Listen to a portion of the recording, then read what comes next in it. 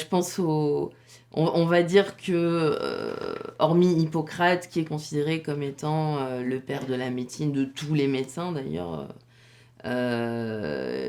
et dont on respecte le serment sur le primum non nocere, donc avant tout ne pas nuire, et que l'aliment soit ton premier médicament. Ça, c'est vraiment quelque chose que nous, on a tout le temps en filigrane.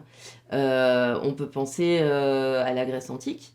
À la Grèce antique, c'était extraordinaire. Ils avaient des centres, des sortes de centres de vitalité. Donc c'était ce qu'on appelait des épidores. Non pas comme Épidore l'huile, mais Épidore, écrit E-P-I-D-A-U-R-E, qui étaient des centres dans lesquels les gens venaient pour se soigner. Mais on leur faisait aussi de la musicothérapie, ce qu'on appelle maintenant la musicothérapie, du soin par la musique, du soin par les couleurs, du théâtre cathartique, hein, de sorte à pouvoir libérer les émotions.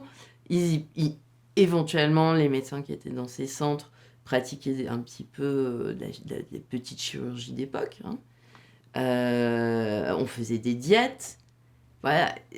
Là, on est dans la Grèce antique. C'est un peu la base qui nourrit l'Occident et la médecine traditionnelle. Et là, du coup, la nature... Et on a la même chose dans les centres ayurvédiques, millénaires. Tout à fait. C'est la même logique. En médecine tibétaine, c'est pareil.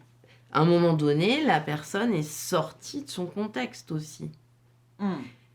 Ça, on ne peut pas le faire tous les jours. Mais c'est vrai que ça reste quand même intéressant à un moment donné de changer de contexte.